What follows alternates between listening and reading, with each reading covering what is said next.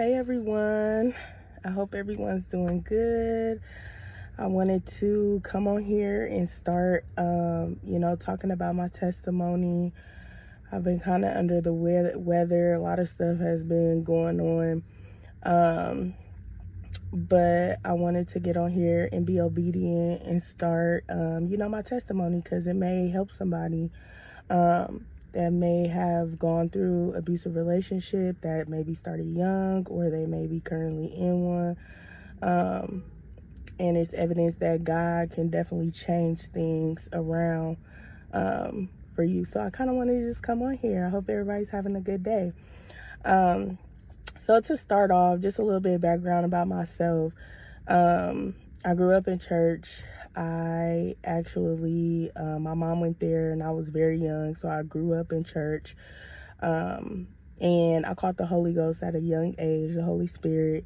At that time, a lady was I think I said it in the previous video, but a lady was there and she interpreted what I was speaking in tongues about. She had the gift of interpretation. And basically God was like, I'm not going to let the devil have you. I'm not going to let the enemy have you. I love you, stuff like that. So it all makes sense now that I'm older and everything that I've went through in my life. It makes sense. So to start off, let's jump. I was 16 years old. I was young. I was in high school. I met the young man at church. He actually came to the church, and I met him, and rip, I was attracted to him because he was handsome. So I was like, we started talking with each other and stuff like that. But it was crazy because a lot of people were trying to warn me, like, this person has gone through this, they have this background of this, you need to be cautious, you need to be talking to them, So I just didn't take heed to that. I thought I was just like, y'all just trying to keep me away from him, and y'all, trying to keep me away. You know how when we're young, we don't realize that somebody is just trying to save our life. They're trying to prevent us from going through things. We have a haughty spirit. We feel like, okay, y'all just trying to keep me away from talking to somebody, so it pretty much was that situation. So I started sneaking, talking to him. I started, buying burner phones, which is crazy because I don't even remember where I was getting the money. I'm like, when was I getting this money from? But I had burner phones and I would sneak them under my pillow, talk to him at night. All types of stuff. So I was being very sneaky. And I remember I started to run away. And I was like, he grew up in foster care. He had a rough background. He came from an abusive background as well. So he was in the foster care system, which comes with a lot of trauma as well. I haven't been through it, but I know people that have been in foster care, that comes with a lot of trauma for people. So it was inevitable, both people having traumas. I never had my dad in my life. He was in and out consistently. So it was like 1 minute he'd be there, next minute he'd disappear for 5+ years, or, every 2 years. So it was very sporadic. So it was really just me and my mom. And she was young then, so she was going through her own things. We pretty much grew up together. But I started to run away, and I started to consistently, the church even shut down at one point to come and get me, which I'm so thankful for, but I took them through so much. But they came and tried to get me. And I remember one time I was walking down the street. And one of the people that go to my church, she was big sis to me. So she literally was like, Bree, get up in this car. And I was about to rush. She's like, you better not run, because somebody saw me walking by the church. But I did end up losing my virginity to him. So that attachment got stronger. Once you lose your virginity to somebody, That's why it's best to wait on God and not jump the gun and have one body, not multiples. Because if you have multiples, that comes with so much. That comes with so much demons. That comes with so much you have to break off of. That you have to get out. You know, you get tormented in your mind. Your dreams be crazy when you really trying to stop or really trying to do right. But you have all that baggage that come with it. So, you know, you got to break those generational curses. You got to break those bonds, you know, stuff like that, that are in the spirit world, because you get spirits when you sleep with different people. But that made an attachment with him. So, as I was, when I got a little bit older, you know, I went through high school. I moved to Chicago, but it was crazy because I still was attached to him, still sneaking and contacting him. And I remember one time I came back down from Chicago and I ended up running away again. They found me again. So, and at that point, my mom was fed up. She was like, I can't deal with this. She doing too much, you know, like, I'm just over it. Like, if she want to be doing her, do her. But she never gave up on me, and I'm thankful for that.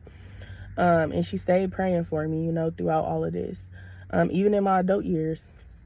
But when I had turned 18, you know, I ended up, my mom kind of was like, okay, you can go out, you know, if you want to, because he wanted to take me out, hang out. I was 18 at the time. At this time, you know, you graduated from high school, you doing what you do. So, you know, the choice is yours. If you feel like you want to go out there, my mom did what she needed to do to stand strong in the house of God, to try to keep me grounded in what I was being taught, you know. But I ended up going out and I never came back home. So when I came back home the next morning, my mom was like, yeah, no, you think you too grown. You made your own choices. You got to go. So I packed up my stuff and I left with him. We started going through different hotels and stuff like that, just living kind of with everybody, living in the streets, all of that stuff. But then I ended up getting our first apartment. I ended up applying for an apartment, ended up getting that apartment, which I was so happy for. I was like, okay, we finally settled down, you know, we could finally do us, you know, we got our place. I never really furnished it. We was living on a air mattress at the time, like never really furnished the apartment. It was literally one of those first apartments where you just thugging pretty much. So once I did that, I remember I remember one time when, previous from that, I remember one time, previous to that, getting the apartment, I was, kind of when I had left out of my mom's house, I'll go back to the apartment in a minute, but, when I was living at my grandma's house, right when I got to high school, the first time I ever got hit was at 18. I can't even remember the argument or the conversation, but I remember him just slapping me. Boom, just hit me right in my face. And I just started crying because I didn't understand. I'm like, he just hit me. Like, it was kind of like shock, but he immediately was like, I'm sorry. I promise I won't do that again. I just freaked out and this and that. So I was like, okay, maybe it was an accident. But mind you, when you get hit once, they'll do it again. And sometimes it gets worse, as you will see. But I ended up getting hit. So I was crying. I was just thinking, I'm like, dang, like, I never would have thought I would have got smacked. You know, I feel like we was beyond that. But still, I stayed. So fast forward to the apartment. I ended up getting an apartment. I remember one day I went out or whatever to go with my friends, because at the time I was still, you know, hanging out with my friends and stuff like that. I just was out of high school, maybe a little bit. And we went to the club. But I remember I came back one time and I remember him just freaking out on me. At this time, we all was drinking heavy at the time. So we always had a bottle somewhere. We always had liquor. If it was cheap, if it was expensive, we was drinking. So I remember he just started hitting me and started, you know, beating me. And I'm like, what are you doing this for? I ain't even do nothing. I just came back home. And I remember one time he choked me. Sorry guys, my phone cut off. But I moved into the apartment. I was saying I came back from the club or whatever with my friends, and he just started hitting on me. And then it ended up in the bathroom somehow, and I ended up getting choked out on the floor. I thought I was gonna die because I couldn't breathe. I kept on saying, please stop, please stop. And the only thing I could say was Jesus. And I think I said it in my head. I was like, Jesus. And then he ended up getting off of me. But I still didn't leave at that time. There was also other incidents in that first apartment where he did end up in jail, but I never ended up going to testify against him. I wasn't a person that would call the cops or anything. I just didn't. The rules was that basically I just didn't feel like I needed to. So once that happened, we ended up having to get kicked out of that apartment. Things happened, bills got stacked up, wasn't able to keep it. So we ended up staying with family and stuff like that. And I remember one time I had went out. I had went out and I had came back. And mind you, I did come back at like 5 o'clock in the morning. And I remember him coming outside to meet me, and he just started beating me. He punched me in my face, just started beating me and beat me. I started crying like, y'all help me, help me. And I ended up getting beat that whole morning, and I ended up going to sleep. And it was just, I never left. I didn't call the cops. I didn't leave. Like, I was steady just going through that. And I remember at the time we were living with family and stuff like that, back and forth, in and out of places for a while. Like, it had to be like maybe 2 years, maybe a year and a half we were living with people. And then we finally got another apartment where we went. And I remember one incident when I was driving in the car, and I remember one incident I was driving in a car, and he took a Hennessy bottle, and he just, boom, all of a sudden, because we used to drive and drink. Like, we used to drink heavy, like riding around, drinking heavy, just going around partying, just out and about. But I remember that time I didn't even say nothing, and he just took the bottle of Hennessy, and it was the fifth. It wasn't the pint, it was the fifth. And he just, boom, hit me right in my face. And I just started crying and screaming. I was like, why did you hit me? And we kind of started fighting, because at some point, you start kind of fighting back. When you get hit so much, you'll eventually fight back. But it shouldn't get to that point. So it's crazy, because God always used to send angels, like, to try to intervene in the thing. So a man and a son hopped out the car, because I ended up hopping out of the car because I knew I was just about to get beat. So I ended up hopping out of the car. The man saw me struggling and saw him getting out the car trying to get me back in it. So the man was like, you can come with me. You could come with me, and was telling him, no, stop, don't do that. And I just was like, it's okay, it's okay. And I hopped right back in the car. And so once, those incidents happened, we ended up moving to another apartment. And this is where I ended up pregnant. So I ended up pregnant at this apartment. And I remember I was talking to God, and I was just like, because I knew I had to leave the relationship. Let's be honest. I knew it wasn't healthy. I knew what God kept on telling me, like, why are you in this? I had family members telling me all the time, why are you in this? I had people coming to tell me, warning me. I used to go back and forth to church just because, I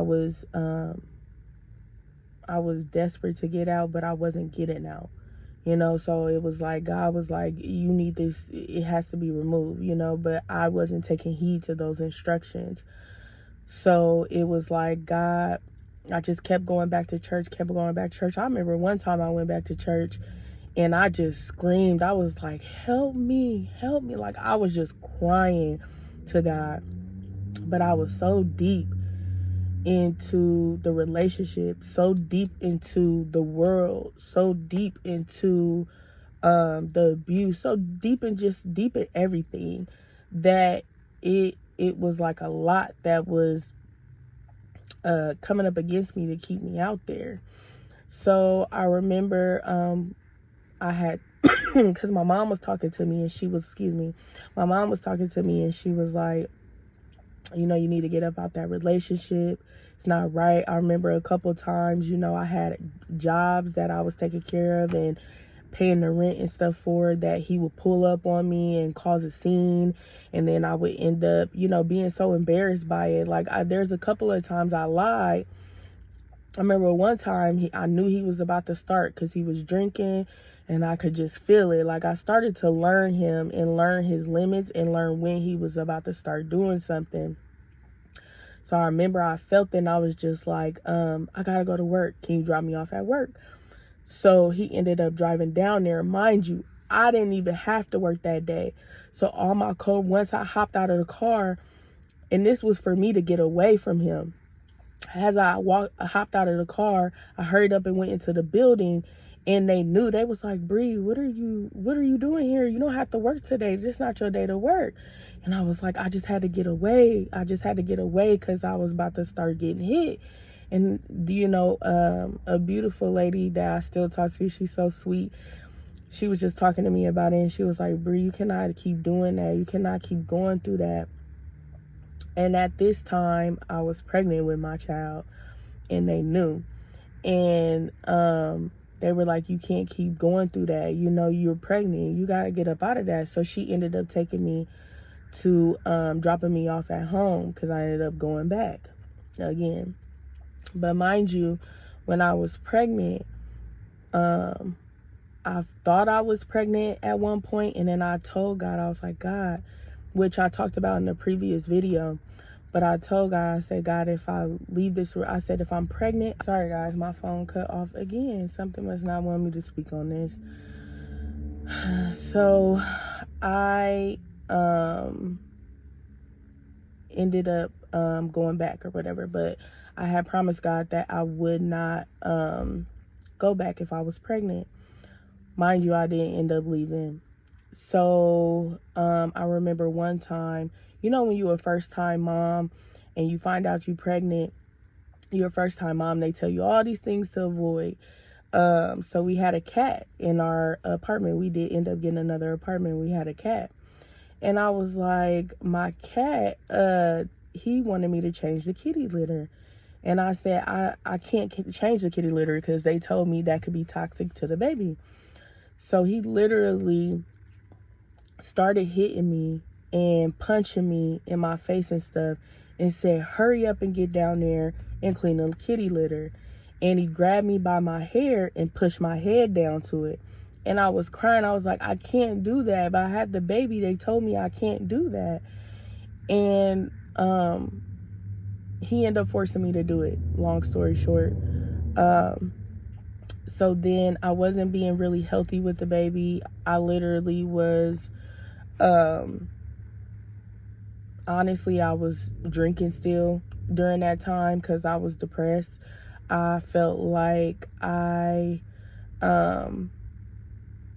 wasn't able to leave when I knew so I knew that, so yeah, I was drinking. I wasn't being healthy at all. So I remember one time, my dad ended up coming over to my house, and my tire was flat, but I was having contractions, but I felt like it was Braxton Hicks because I did read about that. So I was like, this is Braxton Hicks. But lo and behold, I was in labor the whole time. So my dad came over and he helped change the tire. All of a sudden, my water just broke. And I was in active labor. So I ran upstairs and I was like, I'm about to have the baby. I'm about to have the baby. Lo and behold, I had all of my stuff on. And I changed the clothes because I was wet from my water breaking, and then my dad rushed me to the hospital. Right when I was going into the hospital, I could feel the baby coming out, and they rushed me back there, cut my clothes off, and then they took the baby out, and I was like, is the baby okay? Is the baby okay? And my dad was standing next to me, and I was just like, I just want my mom. Can you call my mom? And so he ended up going to call my mom, and she ended up showing up, and I just cried so bad because I knew that I had promised God that I would leave the relationship if I was pregnant, and he had to take his daughter back home. He was not about to bring his baby into the world where it was chaos, where I was getting abused, where he knew I wouldn't leave at that moment. He just wasn't going to do it. So I never would. Y'all, the enemy do not want me to put this out because it literally keep cutting off on me for no reason. But yes, I ended up having my daughter. I wasn't mad at God. I knew exactly what the reason was. So he never came up to the hospital, never checked on me. He just came and picked me up when I told him I was ready. And it's crazy because once I got in the car, he said I had to go make some runs. We ended up, I never got comfort, never got love, never any, I'm sorry, none of that. It was just like, maybe it wasn't meant to be. So, that really hurt me in the midst of that. So I remember we were driving. I still had the pajamas from the hospital on, the pajama pants and a t-shirt. Because mind you, my clothes got cut off. I didn't even have my regular clothes on. And we got into an argument because I was just like, well, why are you not comforting me? We just lost our baby. Like, I'm feeling away. And we ended up getting into an argument, so we ended up getting into an argument, and I remember he pulled a crowbar out of the back seat, and he ended up hitting me with it in my arm a few times, which, mind you, if y'all know what a crowbar is, that thing heavy and thick. So he ended up hitting me with the crowbar multiple times. All of a sudden I thought in my head, because he was like, wait till we get home. And I'm thinking in my head, like, he got a gun at home. I said, he already hit me with a crowbar. I'm about to hop out.